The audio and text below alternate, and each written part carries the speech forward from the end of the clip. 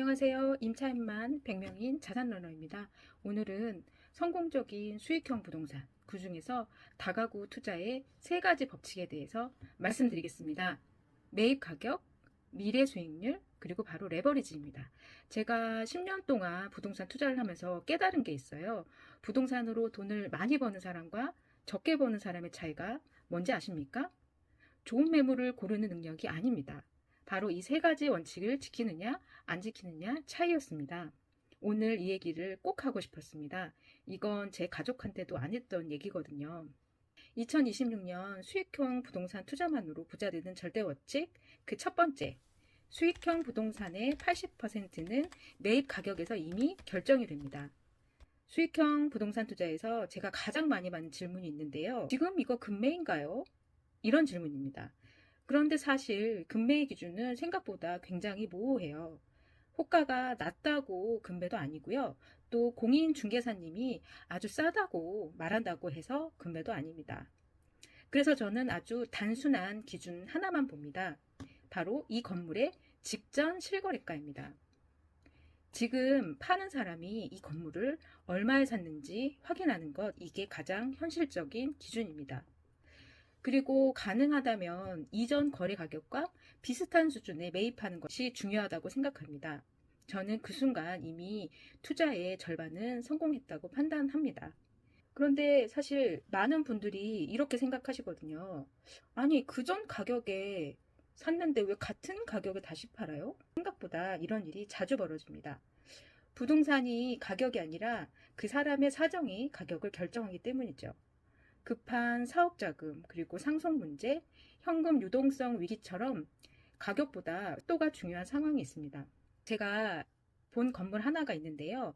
직전 거래가와 거의 같은 가격으로 나왔습니다. 처음에는 저도 이상하다고 생각했어요. 그런데 그 이유는 단순했습니다. 매도인이 급하게 현금이 필요했던 것이었죠. 시장에서는 왜 이렇게 싸지? 라고 보지만 그 매도인에게는 가장 합리적인 선택이었고 결국 그 매물을 잡은 사람이 수익률을 가져가게 됩니다. 그래서 초보 투자자에게 가장 먼저 드리는 습관은 그 매물을 보기 전에 실거래가부터 확인하는 것입니다. 저는 보통 디스코 앱으로 확인합니다. 여기 보이시는 것처럼 디스코 앱에 주소만 입력하면 과거 거래 흐름이 바로 보입니다. 이 습관 하나만으로도 비싸게 사는 실수가 대부분 사라집니다. 두 번째 원칙, 지금 수익률이 아니라 내가 만들어낼 미래의 수익률을 보셔야 합니다.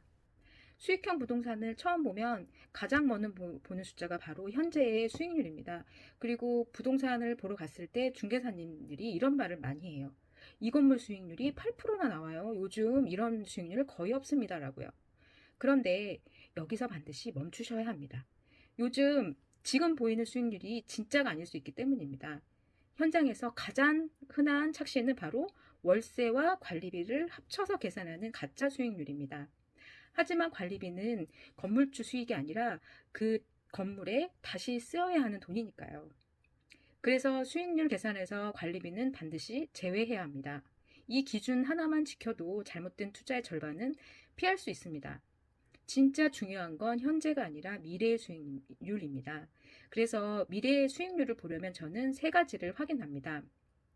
임대 현황표, 그리고 주변 건물의 동일한 시세 비교, 그리고 수리 후에 최대 받을 수 있는 임대료입니다. 각 호실들의 보증금과 월세, 그리고 공실이 몇 개인지, 그리고 계약 만기일이 얼마나 남았는지 이러한 내용이 담긴 임대 현황표가 없다면 그 건물 투자 검토 자체가 어렵습니다. 그리고 반드시 이렇게 질문을 하셔야 합니다. 지금 이 방을 새로 월세를 놓으면 월세를 얼마까지 받을 수 있습니까? 이런 질문 하나가 현재 수익률과 미래 수익률을 완전히 갈라놓습니다. 또한 방 내부가 이제 오래돼서 수리가 필요한 곳이라면 기본적인 도배 장판, 조명, 그리고 욕실 수리 정도만으로도 월세는 충분히 올라갑니다. 그래서 저는 항상 중개사님께 이런 질문을 드려요. 중개사님, 이거 내부 다 전체를 수리를 하면 최대 월세를 얼마까지 받을 수 있을까요? 라고 묻습니다. 여기서 베스트 시나리오 수익률이 나옵니다. 이미 임대료가 끝까지 올라간 건물은 앞으로 더 오를 여지가 없지만 임대료가 현재가 낮고 컨디션이 나쁘면 운영이 느슨한 건물이잖아요. 그래서 이 건물의 수익률은 제가 만들어낼 수 있습니다. 그래서 수익형 부동산의 기회는 현재가 아니라 개선 여지에 숨어 있다고 생각합니다. 자, 마지막 세 번째 원칙입니다. 레버리지를 이해하지 못하면 절대로 수익률은 커질 수가 없습니다. 사실 많은 분들이 레버리지를 단순히 은행 대출을 많이 받는 것으로 생각합니다. 하지만 제가 보는 수익형 부동산의 레버리지는 보증금, 은행 대출, 그리고 시간 레버리지 이렇게 세 가지입니다. 먼저 보증금 레버리지입니다.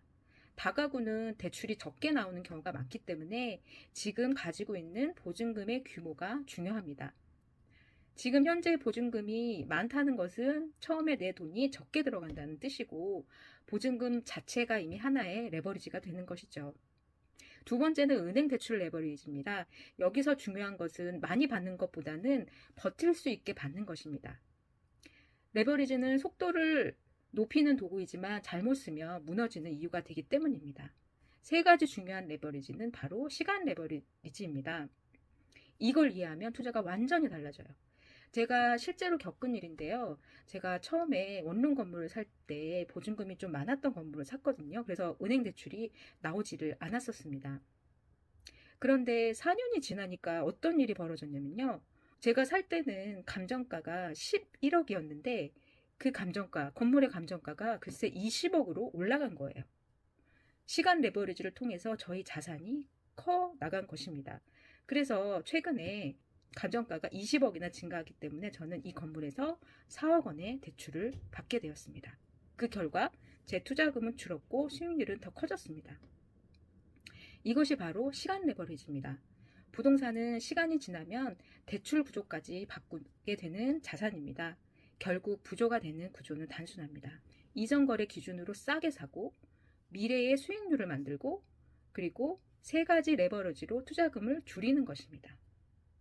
이 구조가 만들어지면 어느 순간부터는 자산은 내가 일하지 않아도 스스로 커지기 시작합니다. 자, 수익형 부동산은 빠르게 부자가 되는 방법은 아니지만 가장 확실하게 부자가 되는 길입니다. 속도가 아니라 구조의 게임이기 때문입니다.